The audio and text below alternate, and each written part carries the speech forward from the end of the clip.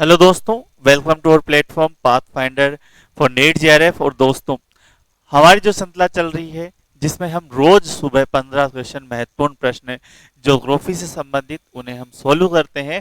और उस सीरीज में आज हमारा जो है वो 7वां लेक्चर है। और दोस्तों, हम धीरे धीरे बढ़ते हुए हम अब हार्ड क्वेश्चनों की ओर यानी मॉडरेट क्वेश्चनों की ओर बढ़ते हुए जा रहे हैं। और दोस्तों, आई होप आप सभी को ये सीरीज बहुत अच्छी लग रही होगी, पसंद आ रही होगी। जिस जिस इस सीरीज का जो उद्देश्य है वो यही उद्देश्य है कि आपका net JRF exam, RPSC first grade exam और जो भी एग्जाम जो सब्जेक्ट से रिलेटेड है, टीचिंग फील्ड में हो या हायर एजुकेशन के फील्ड में हो, उस सभी में आपके लिए सीरीज है वो महत्वपूर्ण साबित हो। और दोस्तों, इस सीरीज में निश्चित रूप से आपको सफलता मिलेगी। और साथ ही साथ आप सभी को बता दूं कि पाथ फाइंडर जो हमारी टीम है उसका ऐप भी आ चुका है। और आप ज्योग्राफी और पॉलिटिकल साइंस में जो भी विद्यार्थी है वो RPSC first grade, net JRF, PGT, DSS भी इसका जो करने में कोर्स लेने में इंटरेस्टेड है, इससे संबंधित महत्वपूर्ण वीडियो देखना चाहते हैं, नोट्स लेना चाहते हैं या टेस्ट देना चाहते हैं, तो वो यहाँ पर आपको अवेलेबल है। साथ ही साथ अगर आप पूरा कोर्स लेना चाहते हैं तो आपको सुपर 30 कोड यूज करने पर आपको 30% का डिस्काउंट है वो रहेगा। साथ ही आपके आरपीएससी फर्स्ट ग्रेड एग्जाम जो कि अक्टूबर में बताया है आरपीएससी के कैलेंडर के अनुसार वह अक्टूबर में होने जा रही है, उसे ध्यान में रखते हुए हमने महत्वपूर्ण एक बहुत ही बढ़िया और शानदार टेस्ट सीरीज है वो लॉन्च करी है, जिसमें 100 से ज्यादा टेस्ट है। आपके टॉपिक वाइज टेस्ट भी है, यूनिट वाइज टेस्ट है और फुल टेस्ट है वो भी इसमें रखे गए हैं। जिसकी जो डेट शीट है वो नीचे लिंक में आपको अवेलेबल हो जाएगी। साथ ही साथ इस पूरे जो आपका रहने वाला है टेस्ट प्रारंभ वो 10 जुलाई से प्रारंभ हो चुके हैं। इसमें बहुत से टेस्ट है जो आप फ्री भी दे सकते हैं, साथ ही साथ पूरे टेस्ट देने के लिए आपको कोर्स लेना होगा जिसमें आपको वीडियो सॉल्यूशन भी प्रोवाइड करवाया गया है। तो आप है वो एक बार जाकर जरूर से देखें। अगर आप निश्चित रूप से सीरियस तैयारी कर रहे हैं आरपीएससी फर्स्ट ग्रेड के लिए तो आपको एक बार जाकर जरूर से देखना चाहिए। साथ ही साथ जो नेट जेआरएफ एग्जाम है जो अगस्त में होने वाली है, उसके लिए भी हमने 20 बड़े जो फुल टेस्ट है उन 20 फुल टेस्ट की टेस्ट सीरीज भी है वो लॉन्च हुई है, जिसका लिंक भी आपको है वो डिस्क्रिप्शन में दिया गया है। तो आप वहां से जाकर वो आर नेट जेआरएफ के लिए भी देख सकते हैं। महत्वपूर्ण टेस्ट सीरीज है वह भी रहने वाली है। तो दोस्तों, आइए पहला प्रश्न है वो प्रारंभ करते हैं। तो पहला प्रश्न है जो कौन सा है, निम्न में से किस प्रक्रिया द्वारा वायुमंडल मुख्यतः गर्म होता है? कौन सी प्रक्रिया द्वारा होता है? हमने अभी पिछले जो प्रश्न पढ़े थे उसमें पढ़ा था कि जो CO2 है वो सूर्य से आने वाली किरणों को तो नहीं रोकता, लेकिन पृथ्वी से जाने वाली को रोक लेता है और उससे वायुमंडल क्या है, गर्म हो जाता है। और उसमें मैंने बताया था आपको कि जो पृथ्वी पर सूर्य से आने वाली जो किरणें हैं वो लघु होती है और जाने वाली दीर्घ होती है। तो इसमें कौन सा आ जाएगा, लंबी या दीर्घ स्थलीय विकिरण। तो बी आंसर इसमें रहने वाला है। नेक्स्ट पे चलते हैं। अंतर उष्णकटिबंधीय अभिसरण क्षेत्र कहां पर पाया जाता है?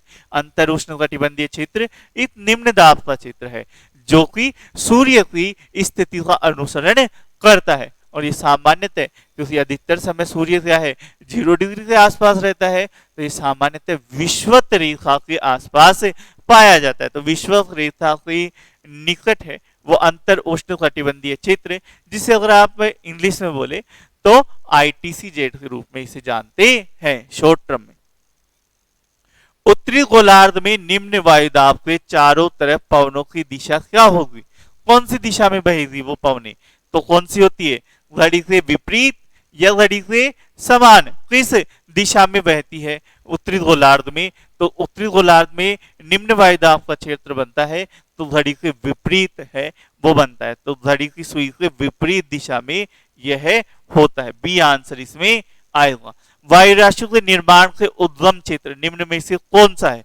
विश्वतीय वन, साइबेरियाई मैदान, हिमालयी पर्वत या दक्कन का पठार। वायराशिया, गर्म वायराशिया, ठंडी वायरासी, महाद्वीपीय वायरासी, महाद्वीपीय ठंडी वायरासी, महाद्वीपीय गर्म वायरासी, समुद्री गर्म वायरासी, समुद्री ठंडी वायरासी। तो कौन सी वायराशिया होती क्या है एक्चुअल में? तो साइबेरियाई मैदान की जो वायराशिया है वो होती है। तो वायराशियों का निर्माण या उद्गम क्षेत्र कौन सा है? साइबेरियाई मैदानी भाग।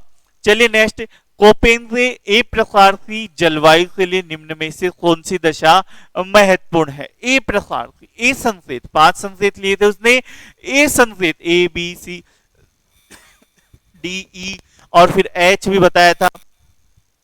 तो इसमें से ए संकेत के लिए उसने कौन सा प्रयोग किया था? सभी महीनों में उच्च वर्षा, ये तो एफ के लिए आता है ना, एफ छोटा एफ। सबसे ठंडे महीने का औसत मासिक तापमान हिमांक बिंदु से भी नीचे, ऐसा तो है ना। फिर आ जाता है सभी महीनों का औसत मासिक तापमान 18 डिग्री सेंटीग्रेड से अधिक हो। तो यही इसमें सही आंसर रहने वाला है बड़े के लिए। तो कौन सा हो जाएगा? सी आंसर इसमें सही हो जाएगा। सारे करवाएंगे धीरे धीरे, है ना। जलवायु के वर्गीकरण से संबंधित कोपेन की पद्धति को व्यक्त किया जा सकता है।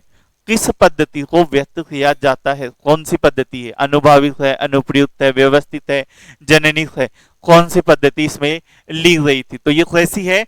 अनुभाविक है, अनुभव के आधार पे उन्होंने दिया था। नेक्स्ट आ जाते हैं, भारतीय प्रायद्वीप के अधिकतर भागों को कोपेन की पद्धति के अनुसार वर्गीकृत किया जाएगा। भारतीय प्रायद्वीप में, तो भारतीय प्रायद्वीप में आपको पता है ज्यादातर समय तापमान उच्च रहता है और साथ ही साथ वर्षा भारतीय प्रायद्वीप के अधिकतर क्षेत्र में कम या ज्यादा पर होती कब है? गर्मियों में। तो कब आएगी? इसमें EW आ जाएगा। कौन सा आ जाएगा? EW। ठीक है। नेक्स्ट, उस तत्व की पहचान करें जो जलीय चक्र का भाग नहीं है। वाष्पीकरण होगा जलीय चक्र में, निश्चित रूप से वाष्पीकरण होगा। वर्षण भी होगा, वर्षण भी होगा। जलयोजन होगा या नहीं होगा, और संघनन होगा या नहीं होगा, इन पे डाउट है। वर्षण तो होगा और वाष्पीकरण भी होगा, लेकिन जलयोजन होता है? नहीं होता है, जलयोजन इसमें नहीं होता है। रासायनिक क्रिया है ना जलयोजन, तो ये चूना प्रधान क्षेत्रों में इनमें इसमें होगा संघनन होगा। ठीक है, आ जाओ नेक्स्ट। लवणता को प्रति समुद्री जल में घुले हुए नमक की मात्रा से व्यक्त किया जाता है। ठीक है, प्रति 10 ग्राम, 100 ग्राम, 1000 ग्राम या 10,000 ग्राम। तो किसमें व्यक्त किया जाता है? प्रति 1000 ग्राम। और सिंबल कैसा आता है? ऐसा वाला, प्रति 1000। सिंबल पूछ ले, लवणता को दर्शाया जाता है तो इस सिंबल से दर्शाया जाता है, प्रति 1000 ग्राम से। चलिए नेक्स्ट प्रश्न पे आते हैं। निम्न में से कौन सा सबसे छोटा महासागर है? हिंद महासागर है, अटलांटिक है, आर्कटिक है या प्रशांत है? तो कौन सा है? आर्कटिक महासागर, जिसे उत्तरी ऊपर वाला है ना, वो उत्तरी गोलार्ध के पास वो वाला। तो सबसे बड़ा कौन सा है? प्रशांत, फिर उसके बाद में अटलांटिक, फिर हिंद महासागर और सबसे छोटा आर्कटिक महासागर आता है इनमें। ये बिल्कुल इजी प्रश्न है। 2011 की जनगणना के अनुसार भारतीय जनसंख्या है वो कितनी थी? तो कितनी आ जाएगी? 102, 338, 328, 318 या 121 करोड़। तो बहुत बार सुना होगा आपने 121 करोड़। ठीक है। भारत के निम्नलिखित राज्यों में से किस एक में 0 से 6 आयु वर्ग के बच्चों का लिंग अनुपात निम्नतम है? तो सबसे कम गुजरात, पंजाब, हरियाणा या हिमाचल प्रदेश। कौन से राज्य में है वो सबसे कम है? वो है, तो इसमें कौन सा हो जाएगा बच्चों? इसमें हो जाएगा हरियाणा, सी। इसमें सबसे कम है। हरियाणा में 867 है। कितने हैं? 867 है। और 119 है, वो पूरे देश का है। अब इसमें ये ध्यान रखना, ये है छोटे बच्चों का। ठीक है, 0 से 6 वर्ष के बच्चों का है, वो ये रेशियो बताता है। फिर आते हैं नेक्स्ट। निम्न में से कौन सा अम्ल वर्षा का एक कारण है? अम्ल वर्षा का प्रभाव नहीं पूछ रहा है, ठीक है, अम्ल वर्षा का कारण है, यानी अम्ल वर्षा होती है इस वजह से। अम्ल वर्षा का प्रभाव पूछे तो जल प्रदूषण हो सकता है, मृदा प्रदूषण हो सकता है, लेकिन अम्ल वर्षा होती किस वजह से है, रीजन उससे पीछे कौन सा है, तो वो कौन सा आ जाएगा, वायु प्रदूषण हो जाएगा। इसमें कौन सा हो जाएगा, वायु प्रदूषण हो जाएगा। डी इसमें आंसर रहने वाला है सही। प्रतिकर्ष और अपकर्ष कारक उत्तरदायी होते हैं, प्रतिकर्ष कारक और अपकर्ष कारक, पुश एंड पुल फैक्टर, ऐसी चीजें जो आपको पुश करती है, जाने के लिए बोलती है, और पुल फैक्टर यानी आपको खींचती है अपनी ओर। तो पुश एंड पुल फैक्टर किस चीज से संबंधित है, ये आपको बताना है। प्रवास के लिए, गंदी बस्तियों के लिए, निम्न भूमि या वायु प्रदूषण, तो इसमें कौन सा आ जाएगा, प्रवास, यानी आपको भेजना और बुलाना, ये दोनों किस में आते हैं, प्रवास में आते हैं। बहुत सारी चीजें ऐसी होती है जिसमें आप पसंद नहीं करते उन क्षेत्रों में रहना, तो आप छोड़ के चले जाते हैं, पर छोड़ के जाओगे वहां पे कोई ना कोई तो आपको बुला रहे हैं। अब वो बुला रहे हैं तो वो उस स्थान पे भी कुछ ना कुछ विशेषताएं तो मिलती ही मिलती है।